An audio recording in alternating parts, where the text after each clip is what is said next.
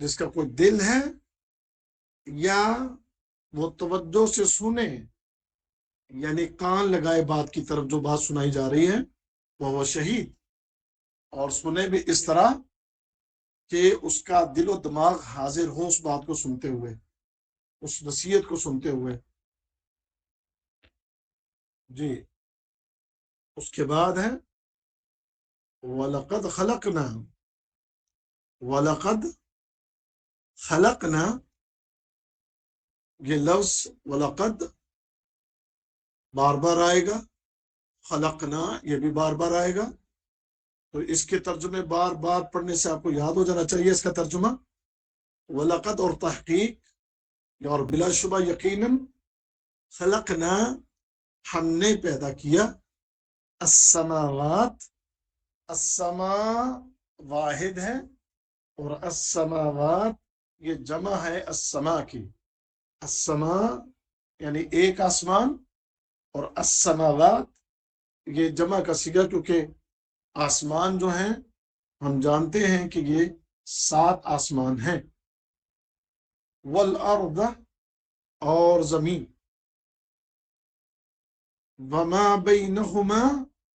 اور جو ان دونوں کے درمیان ہے، یعنی زمین و آسمان کے جو درمیان ہے، فی 6 ایام، 6 آپ کو گنتی یاد کروائی تھی پچھلے کورس میں، واحد، واحد، اثنان، ثلاثۃ، اسی سے یہ 6، 6 کا معنی 6، ایام یوم کی جمع، فی 6 ایام 6 دنوں میں، تو معنی اس کا بنا اور بے شک ہم نے، اور بلا شبہ یقیناً ہم نے پیدا کیا، تخلیق کیا زمین و آسمان کو اور جو اس کے درمیان ہے 6 دنوں میں، یعنی جو زمین و آسمان کے درمیان ہے اور آسمان اور زمین کو 6 دنوں میں ہم نے تخلیق کیا۔ وما مسنا اور نہیں چھوا ہمیں، اور نہیں چھوا ہمیں من لغوب کسی تھکاوٹ نے، مس اردو میں لفظ استعمال ہوتا ہے مس کرنا، چھونا، تو وما مسنا من لغوب اور نہیں چھوا ہمیں تھکاوٹ نے، یعنی اور ہم نے زمین و آسمان کو اور اس کے درمیان جو کچھ ہے اسے 6 دنوں میں پیدا کیا، اور یہ بنانے میں، اس کو تخلیق کرنے میں ہمیں کوئی تھکاوٹ نہیں ہوئی، کسی تھکاوٹ نے ہمیں چھوا تک بھی نہیں۔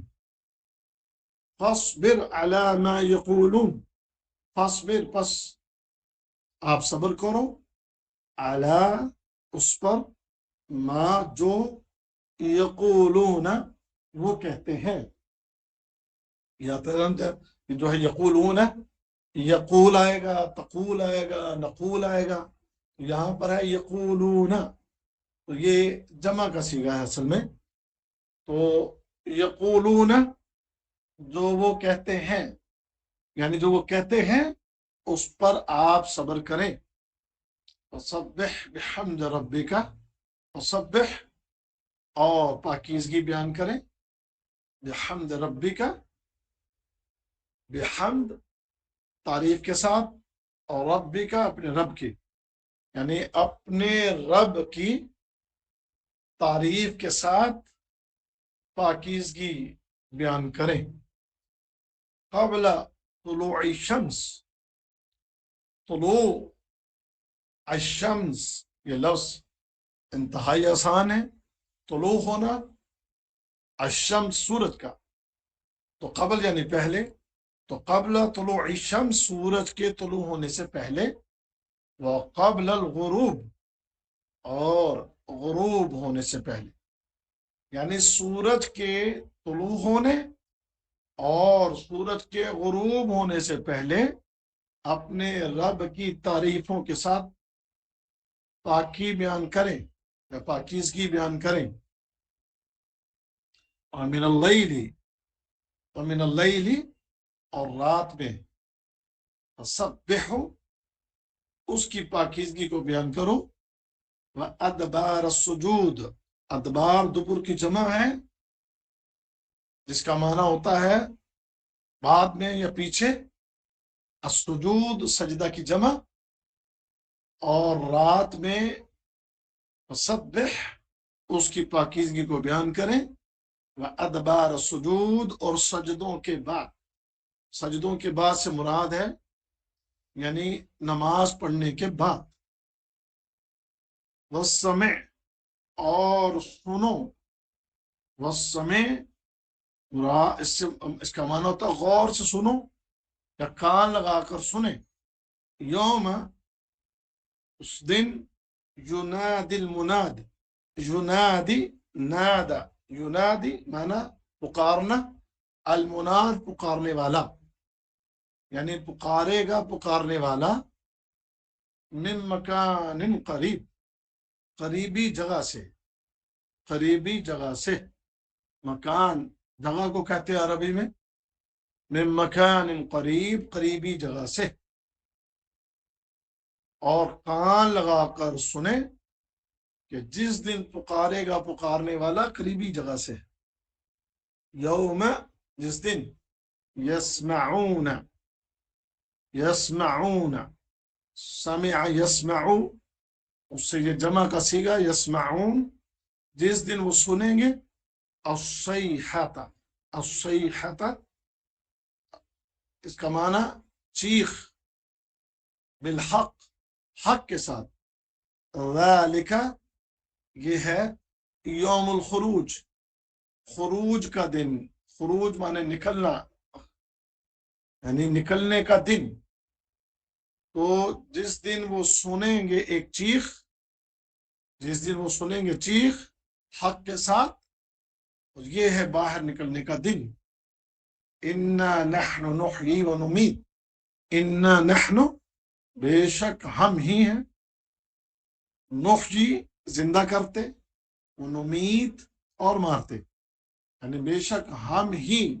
زندہ کرتے ہیں اور مارتے ہیں،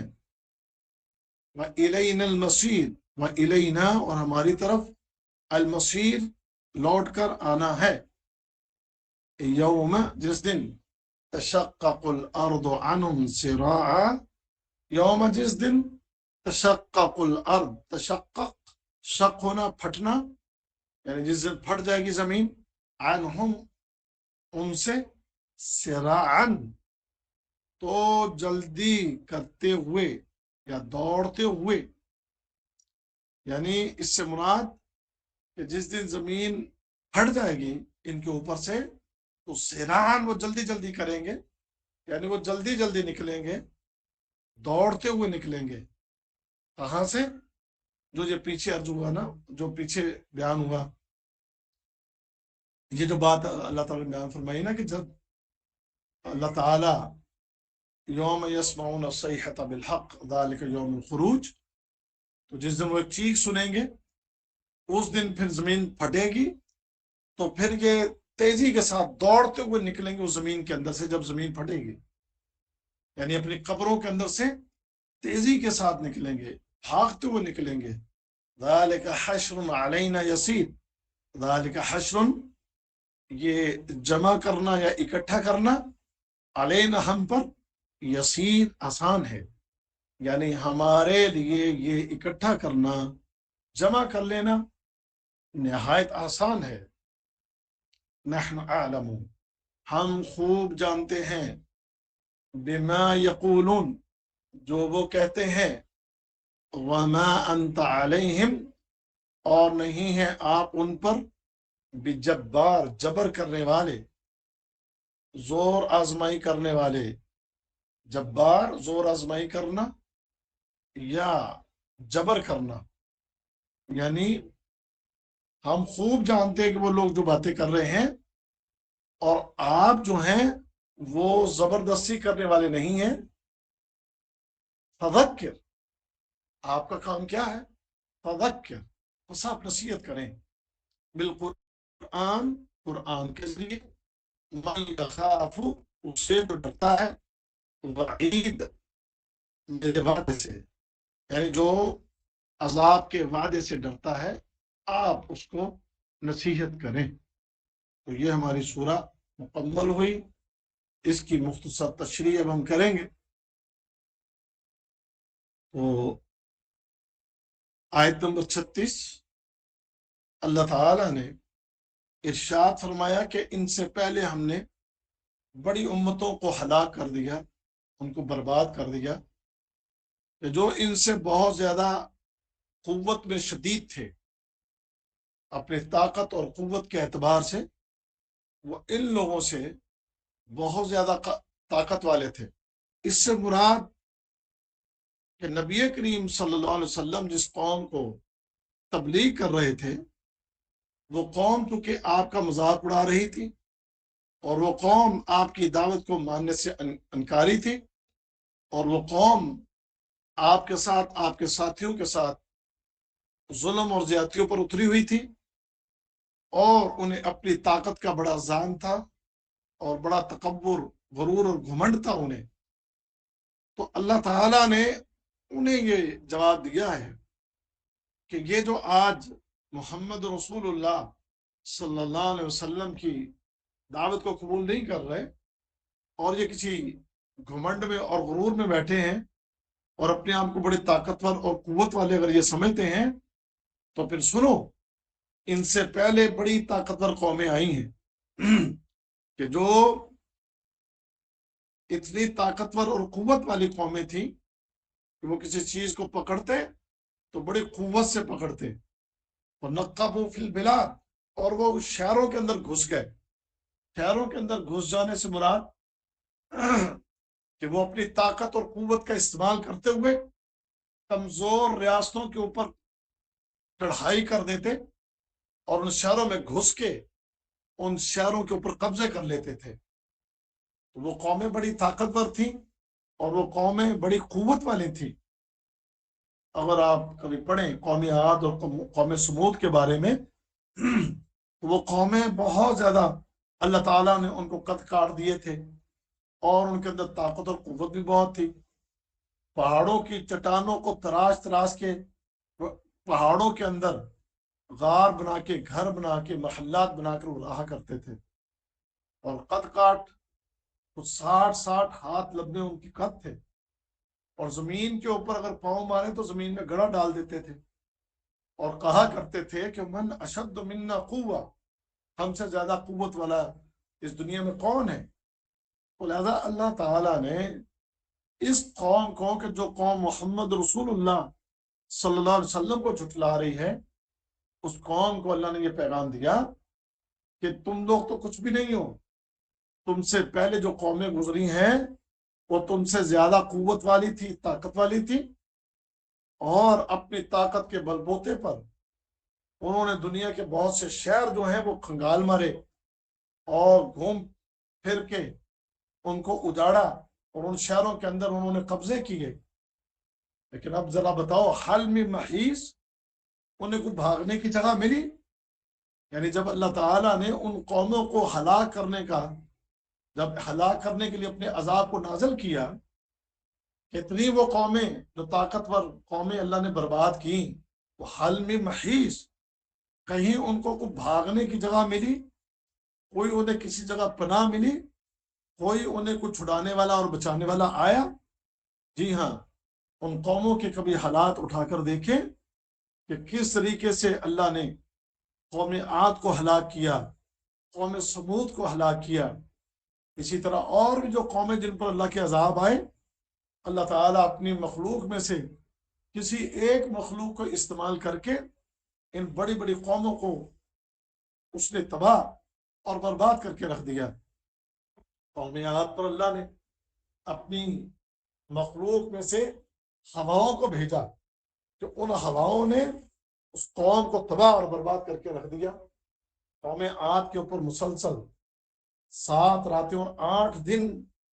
مسلسل ہوا چلتی رہی، اور ان کو آسمانوں کی بلندیوں پر لے جا کر زمین پر پٹک پٹک کے ان ہواؤں نے مار دیا۔ اور یہ جو قوم سمود تھی، صرف ایک چیخ، ایک چنگھاڑ، ایک فرشتے کی صرف آواز، اس ایک آواز سے قوم سمود کے سینوں کے اندر ان کے دل پھٹ گئے تھے۔ تو یہ اللہ کی نشانیاں ہیں۔ قوم شعیب ہے، قوم شعیب کو اللہ رب العزت نے آسمانوں سے بادل بھیج کے بادل میں سے اللہ تعالیٰ نے ان کے اوپر آگ کے شعلے ان کے اوپر برسائے.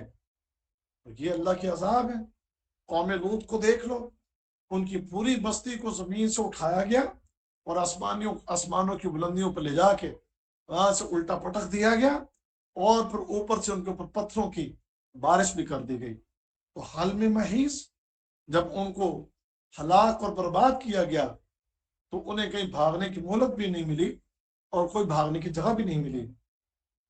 لہذا اللہ فرما رہے ہیں ان فی ذلک لذکریٰ، اس کے اندر نصیحت ہے، نصیحت اس کے لیے لمن کان لہ قلب او القى السمع وهو شہید. اب یہ نصیحت اس کے لیے ہے کہ جس کے پاس دل ہے اور جو کان لگا کر سنے، اور سنے بھی کس طرح کہ سنتے ہوئے اس کا دل بھی حاضر ہو، دماغ بھی ادھر لگا ہو. یعنی اب تقریریں تو ہم سنتے ہی رہتے ہیں، درس آپ لوگ بھی سنتے ہیں، ہم مساجد کے اندر بھی درس بھی کرتے ہیں، جمعے بھی پڑھاتے ہیں، بعض اوقات بڑے بڑے مجموعوں کے اندر بہت بڑے بڑے جلسے بھی ہوتے ہیں، لیکن سارے لوگ درسوں میں بیٹھ کر وہ پوری توجہ کے ساتھ سن نہیں رہے ہوتے. دل کہیں اور ہوتا ہے، کان کہیں اور لگے ہوتے ہیں، اور ان کی جو توجہ ہے وہ ان نصیحت بھری باتوں کی طرف نہیں ہوتی. اگر کوئی انسان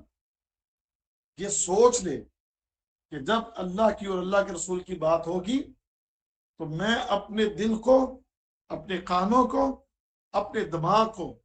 پورا اس چیز کی طرف لگا کے، اس نصیحت کی طرف لگا کے سے میں نے کچھ سیکھنا ہے، تو ایسے لوگوں کو ہدایت مل جاتی ہے. اور جو لوگ مجلسوں میں بیٹھ کے، درسوں میں بیٹھ کے، اور اسی طریقے سے کہیں بھی کوئی دین کا پروگرام اس میں بیٹھ کر اگر ان کی توجہ نہیں ہے تو پھر وہ سمجھ لیں کہ وہ کبھی بھی نصیحت حاصل نہیں کر سکتے. اب ہم تو یہاں دیکھتے ہیں بعض کا تو ہم تقریریں کر رہے ہوتے تو لوگ بیٹھے کبھی دائیں نظریں گھما رہے ہیں، کبھی بائیں نظریں گھما رہے ہیں، اور بعض کا تو بعض اپنے موبائلوں کے اوپر ہی لگے رہتے ہیں، اور بعض جو ہوتے ہیں وہ بیٹھے نیند کے جو ہے جھٹکے لے رہے ہوتے ہیں. تو پھر ایسے لوگوں کو نصیحت کیسے ملے گی؟ تو نصیحت کس کو ملے گی؟ اس کے اندر جو ہے وہ کس کے لیے نصیحت ہے کہ جس کے پاس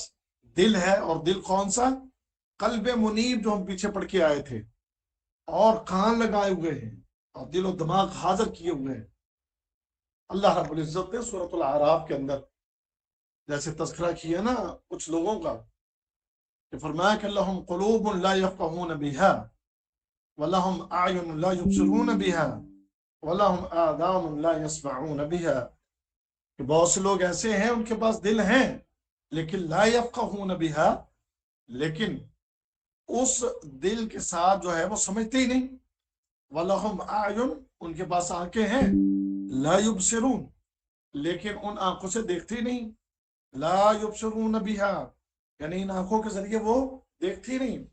وَلَهُمْ آذَانٌ، اور ان کے کان ہیں، لا يسمعون بها،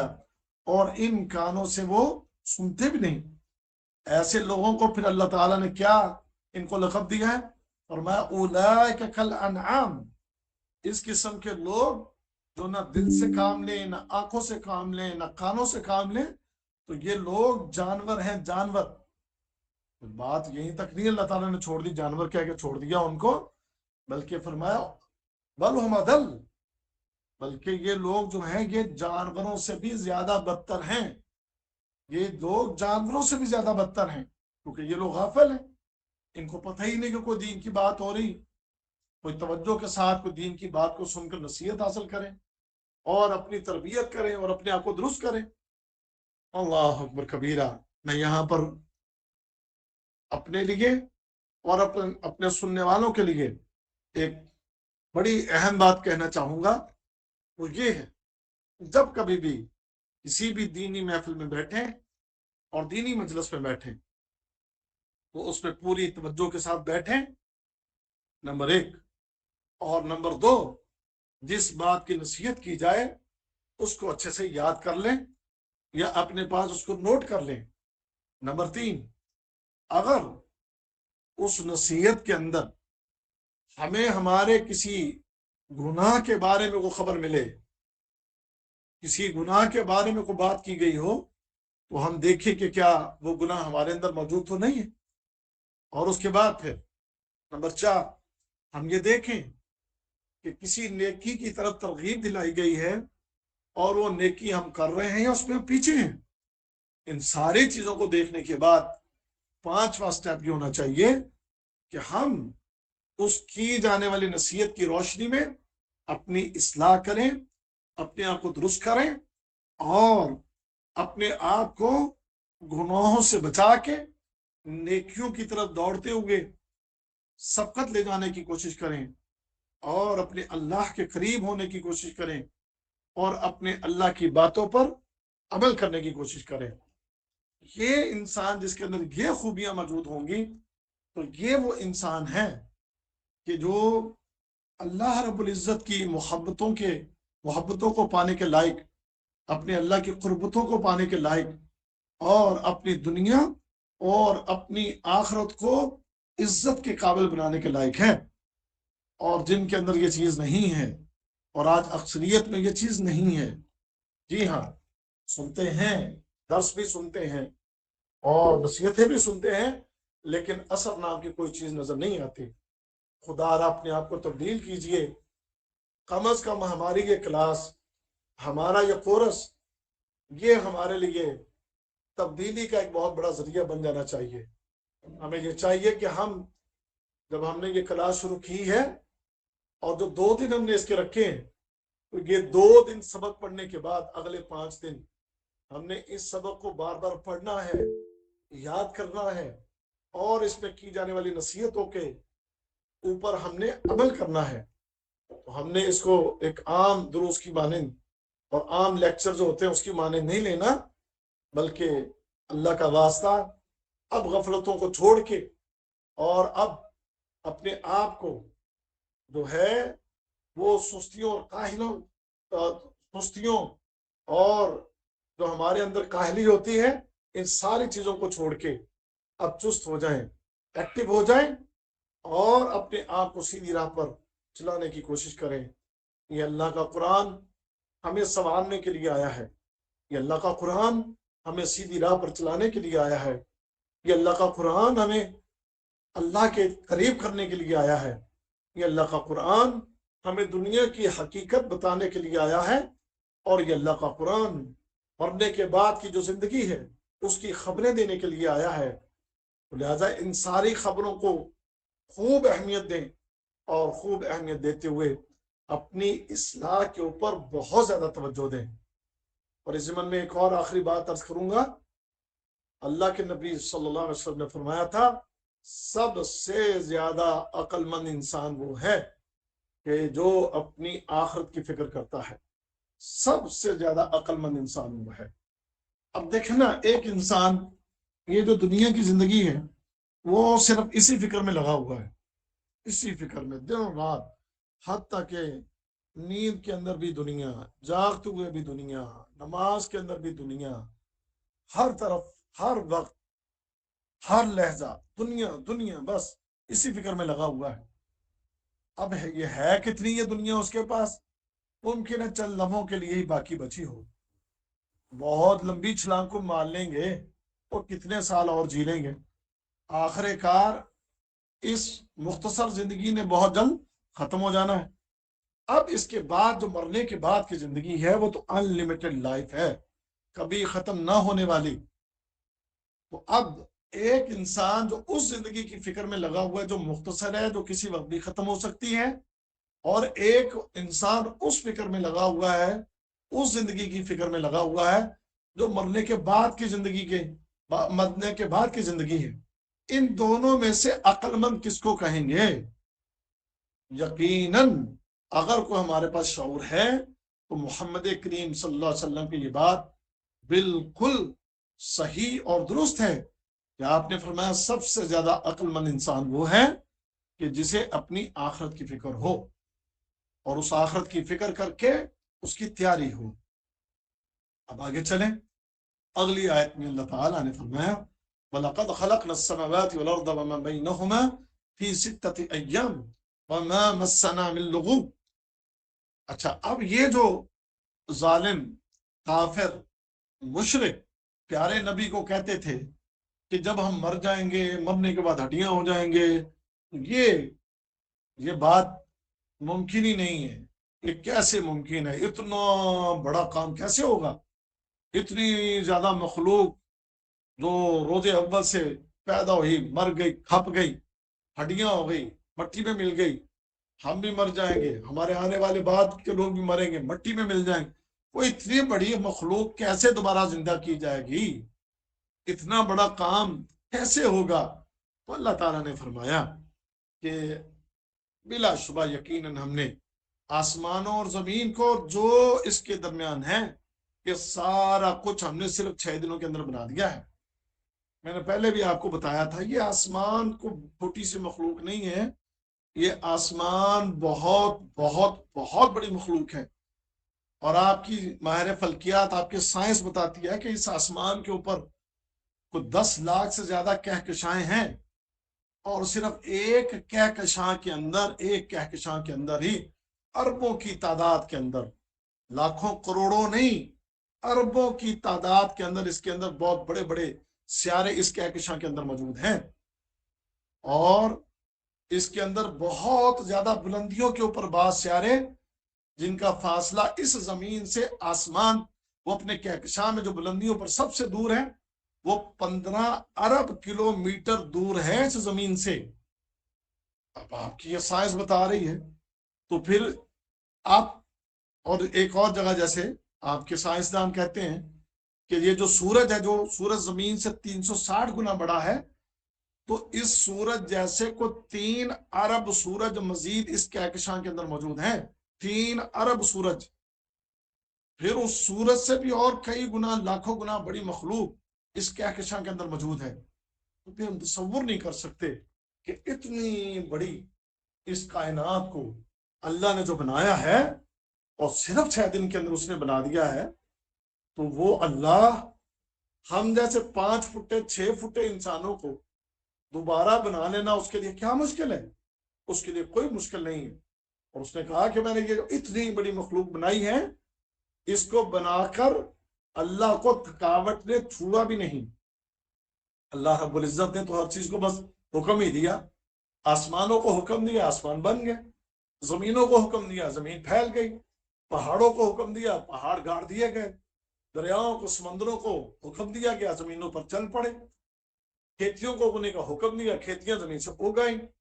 اور آسمانوں کو حکم دیا کہ سورج چاند ستارے نکال دو، انہوں نے نکال دیے۔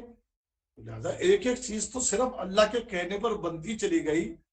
اللہ کو کسی چیز کو بنانے کے اوپر اللہ کا کوئی زور ہی نہیں لگا، تو اللہ کو کاوٹ دے کیسے چھونا تھا؟ اور اسی طرح یہ جو یہود و نصارہ ہیں، ان کی بات کی بھی یہاں تردید ہوتی ہے۔ وہ کہتے ہیں جی کہ اللہ نے 6 دنوں میں زمین و آسمان اور اس کے درمیان جو ہے سب کچھ بنایا، اور 7ویں دن اللہ نے آرام کیا، کیونکہ معاذ اللہ اللہ تھک گیا تھا۔ تو ان کی بات کی بھی تردید ہے کہ اللہ کو تھکاوٹ نے چھوا تک بھی نہیں۔ آگے فرمایا فاصبر علی ما یقولون، آپ اس بات پر صبر کریں جو یہ کہتے ہیں، یعنی وہ کفار جو باتیں کرتے ہیں، آپ کے اوپر تنقید کرتے ہیں، اور اللہ کی قدرت پہ شک کرتے ہیں، اور ایک الہ اور ایک معبود ہونے کے خلاف اپنی زبانیں چلاتے ہیں، تو آپ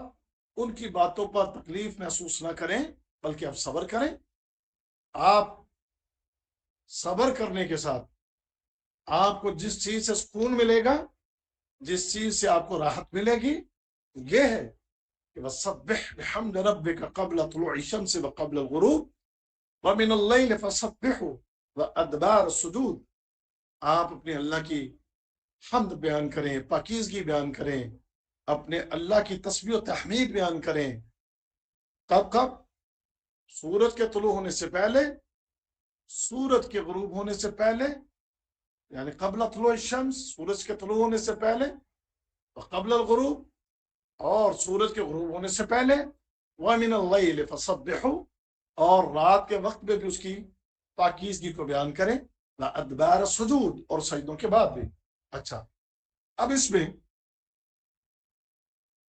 ایک بات جو سمجھنے والی ہے وہ یہ کہ یہ قبل طلوع الشمس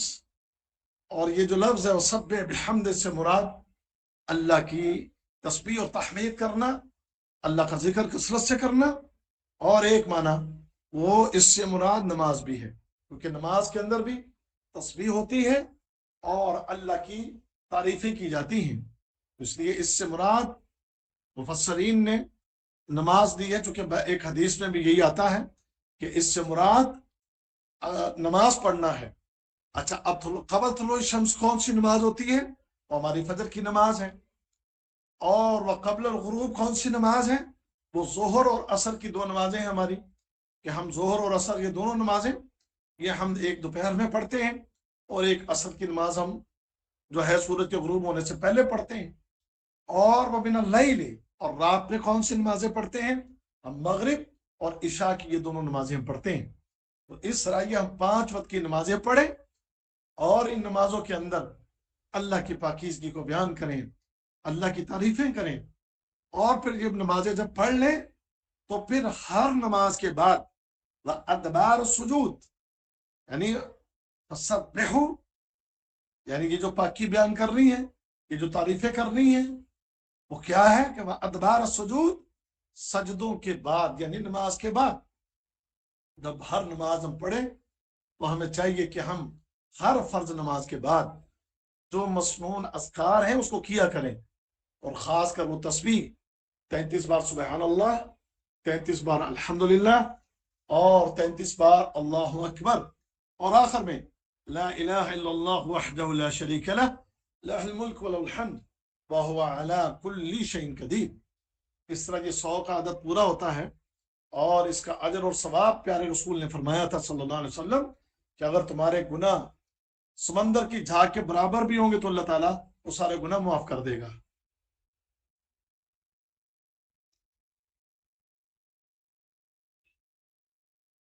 اب اس سے ایک اور اہم بات بھی سمجھیے گا کہ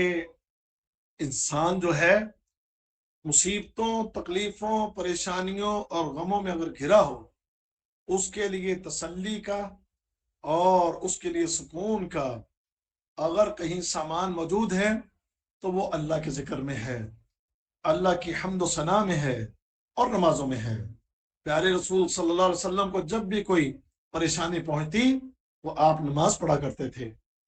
اور آپ کہا کرتے تھے قم یا بلال ارحنا بالصلاۃ، اٹھو بلال اذان کہو اور نماز کے ذریعے ہمیں سکون پہنچاؤ۔ یعنی یہ نمازیں، یہ اللہ کے ذکر، یہ اللہ کو یاد کرنا، یہ آپ کی تکلیفوں کو کم کرتا ہے، آپ کے لیے یہ سکون کا سبب ہے، سکون کا ذریعہ ہے۔ جیسے ایک جگہ فرمایا الا بذکر اللہ تطمئن القلوب، یاد رکھو اگر کہیں سکون ہے تو وہ اللہ کے ذکر کے اندر ہے۔ دلوں کو سکون، ذہن کو راحت، جسم کے اندر قوت اور جسم کو سکون، اللہ کی قسم ان نمازوں اور اللہ کے ذکر سے ہٹ کر دنیا کی کسی چیز کے اندر نہیں ہے۔ اگر انسان اس چیز کی یہ روٹین بنا لے، اور میری یہ نصیحت پلے باندھ لے، جو خاتون، میں پھر کہنے لگا ہوں، میرے جملے کو ضائع نہ کر دیجئے گا، غور سے سن لیں، دل حاضر کریں، دماغ حاضر کریں، کان میری بات کی طرف لگائیں اور غور سے سنیے گا۔ جو خاتون، جو مرد، جو بھی بالغ شخص، بالغ انسان 5 وقت کی نماز کو وقت پر ادا کرتا ہو، اور مرد بالخصوص جماعت کے ساتھ نماز پڑھتے ہوں، اور نمازیں بھی جماعت میں ایسی کہ تکبیر اولیٰ کے ساتھ نماز پڑھتے ہوں، وقت پر نماز پڑھتے ہوں، اور نماز کو سکون سے پڑھتے ہوں، اور نماز کو توجہ سے پڑھتے ہوں، اور پھر نماز پڑھ لینے کے بعد سکون کے ساتھ بیٹھ کے یہ تسبیح کر لیتے ہوں، اللہ کی قسم آپ یقین جانیں دنیا میں ان کو کوئی بیماری، کوئی مصیبت، تکلیف اور پریشانی اگر کبھی آ بھی جائے تو اس کے اندر وہ گھبرائے گا نہیں، بلکہ وہ ان تکلیفوں، مصیبتوں، پریشانیوں کے وقت کے اندر بھی ایک عجیب سا سکون اور سکینت محسوس کرے گا، کیونکہ جس بندے کا تعلق اللہ سے مضبوطی کے ساتھ جڑ جائے، اللہ تعالیٰ ان کو گھبرانے نہیں دیتا اور ان کو ڈولنے نہیں دیتا، اللہ تعالیٰ ان کے دلوں پر سکینت کو نازل کرتا ہے۔ لہذا اپنی نمازوں کو ایسے پڑھے جیسے نمازیں پڑھنے کا حق ہے، اور پھر نمازیں سکون کی نمازیں پڑھا کریں، اور پھر نمازوں کے بعد سکون سے بیٹھ کر تسبیح کیا کریں، اپنے اللہ کو ٹائم دیں، اپنے اللہ کو وقت دیں۔ اللہ کی قسم، اللہ اس وقت کو آپ کے لیے برکتوں والا بنا دے گا۔ وقت کا میں ورنہ میں اس کے اوپر اور مزید بات کرتا۔ آگے چلیے، والسمع یوم یناد المناد من مکان قریب یوم یسمعون الصیحۃ بالحق ذلک یوم الخروج۔ اب یہ وہ قیامت کا دن آ پہنچا کہ جس دن ایک پکارنے والا قریب سے پکارے گا، یعنی طور کے اندر پھونک ماری جائے گی تو ہر انسان جہاں بھی پڑا ہوگا اس کو یہی محسوس ہوگا کہ یہ قریبی کسی نے جو ہے نا وہ مجھے اتنے زور کی آواز لگائی ہے، جبکہ آواز تو اسرافیل جو ہے وہ سور کے اندر پھونک مارے گا، اس کی آواز پوری دنیا میں پھیل جائے گی، اور پوری دنیا میں ہر انسان جو اس آواز کو سنے گا اس کو یہی لگے گا کہ یہ آواز تو میرے کان کے بالکل قریب آ کر لگائی گئی ہے۔ اس طرح وہ انسان محسوس کریں گے، اور اس دن یہ لوگ اس چیخ کی، یعنی یوم یسمعون الصیحۃ بالحق، اس دن یہ لوگ اس چیخ کو حق کے ساتھ سنیں گے تو کیا ہوگا؟ ذالک یوم الخروج، یہ ہے نکلنے کا دن، کہ اس دن پر یہ سارے انسان اپنی قبروں سے نکل آئیں گے، اور نکلنے کے بعد زندہ ہو کے پورے جسم کی سلامتی کے ساتھ اللہ رب العزت کی بارگاہ میں پیشی کے لیے چل پڑیں گے۔ لہذا اللہ نے فرمایا انا نحن نحیی و نمیت والینا المصیر، بے شک ہم ہی زندگی دیتے اور ہم ہی مارتے ہیں اور ہماری طرف ہی لوٹنا ہے۔ اب کیا ہوگا؟ یوم تشقق الارض عنہم سراعا ذلک حشر علینا یسیر، اس دن زمین پھٹے گی، اور زمین کے پھٹتے ہی قبروں کے اندر سے یہ لوگ تیزی کے ساتھ بھاگتے ہوئے دوڑتے ہوئے نکلیں گے، اور اللہ فرما رہے ہیں کہ یہ جمع کر لینا اور لوگوں کو اٹھا لینا یہ ہمارے لیے انتہائی آسان ہے۔ اللہ کی کمال قدرت، نہ جانے کتنے لوگ مر چکے، اور دور حاضر میں 6 ارب سے زیادہ کے انسان ابھی بھی موجود ہیں، اور پھر اس کے بعد قیامت تک نہ جانے کتنے انسان آئیں گے، سارے مٹی میں مل چکے، لیکن ایک ہی آواز کے اندر مٹی میں ملے ہوئے لوگ جو ہیں وہ مکمل انسانی وجود حاصل کر کے دوڑنا شروع کر دیں گے۔ کیا اللہ رب العزت کی قدرت ہے؟ کیا اللہ کی طاقت اور قوت ہے؟ کیا اس اللہ رب العزت کا اس پوری کائنات کے اوپر کنٹرول ہے؟ سبحان اللہ، اللہ اکبر، اللہ اکبر، اللہ اکبر۔ اللہ فرمانے کہ یہ حشر، یہ اکٹھا کر لینا ہمارے لیے انتہائی آسان ہے۔ نحن اعلم بما یقولون، اور ہم خوب جانتے ہیں یہ جو جس طرح کی باتیں گھڑ گھڑ کے کر رہے ہیں، وما انت علیہم بجبار، آپ ان کے اوپر جبر کرنے والے نہیں ہیں، یعنی آپ ان کی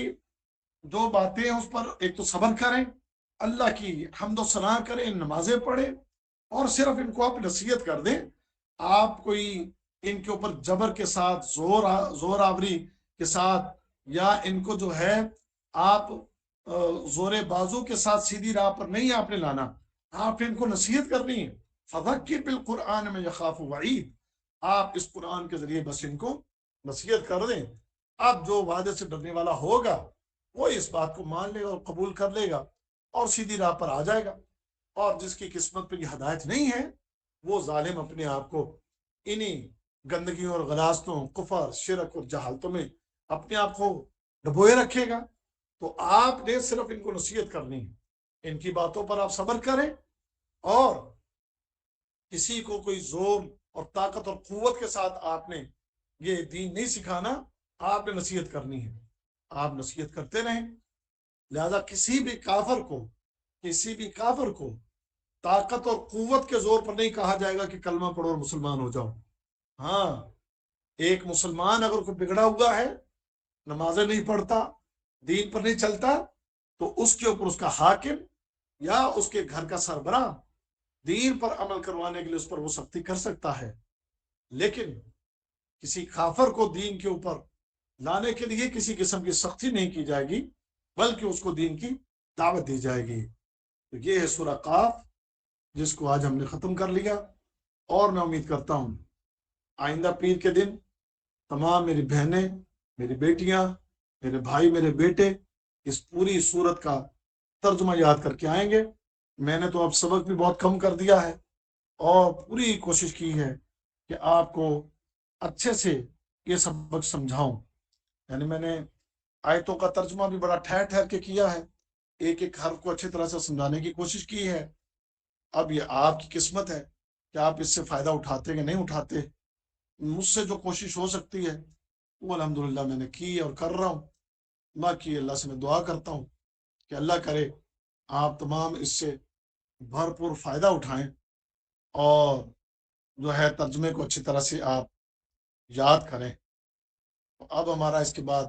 گرامر کا سبق ہے، گرامر کے سبق کی طرف آ جائیں۔